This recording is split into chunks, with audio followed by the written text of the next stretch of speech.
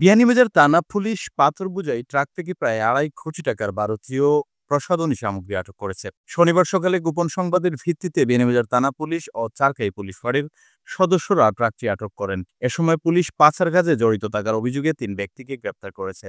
সন্ধ্যায় বিয়ানীবাজার থানায় সিলেটের অতিরিক্ত পুলিশ সুপার মফিজুর রহমান সাংবাদিকদের জানান, চোরাচালান রোধে পুলিশ ব্যাপক তৎপর রয়েছে।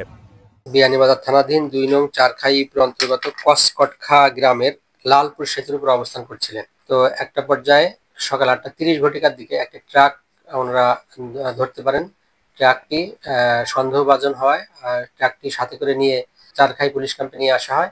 তো পুলিশ ক্যাম্পে আনার পরে দেখা যায় যে উপরে পাথর বিছানো ছিল, চারপাশে পাথর ছিল, কিন্তু মালটা যখন আমরা আনলোড করলাম তখন দেখলাম যে ভিতরে বিপুল পরিমাণ ভারতীয় কসমেটিক যা মানে চোরাচালান হয়ে আসছিল।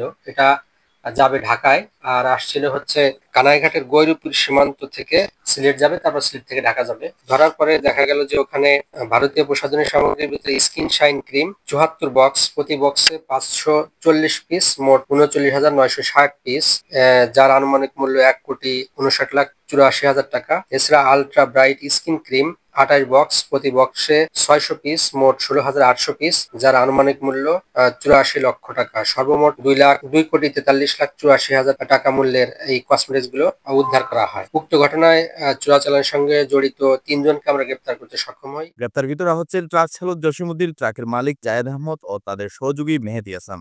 এ ব্যাপারে শনিবার বিকেলে চারখাই পুলিশ ফাঁড়ির ইনচার্জ এসআই হুসেন মিয়া বাদী হয়ে বিয়ানীবাজার থানায় একটি মামলা দায়ের করেছেন। জানা গেছে, বিপুল পরিমাণ ভারতীয় বৈধ প্রসাধনী সামগ্রীর একটি বড় চালান সিলেটে যাচ্ছে এমন গোপন সংবাদের ভিত্তিতে চারখাই পুলিশ ফাঁড়ির ইনচার্জ হুসাইন মিয়া নেতৃত্বে পুলিশ সদস্যরা শনিবার ভোরে চারখাই ইউনিয়নের কসকটখা গ্রামের লালপুর ব্রিজের উপর চেকপোস্ট বসান। এ সময় সন্দেহের ভিত্তিতে পাথর বোঝাই ট্রাক আটক করে তল্লাশি চালিয়ে বিপুল পরিমাণ ভারতীয় অবৈধ প্রসাধনী সামগ্রী উদ্ধার করে পুলিশ। এ সময় পুলিশ অবৈধ প্রসাধনী সামগ্রী সহ ট্রাকটি জব্দ ও ট্রাকের চালক, মালিক সহ 3 জনকে আটক করে। পাচারকারীরা কানাইঘাট গৌরীপুর সীমান্ত দিয়ে প্রসাধনী সামগ্রীগুলো বাংলাদেশে ঢুকিয়ে পরবর্তীতে পুলিশের চোখ ফাঁকি দিয়ে সিলেটে নিয়ে যাচ্ছিল। সেখান থেকে মালের চালান ঢাকায় যাওয়ার কথা ছিল।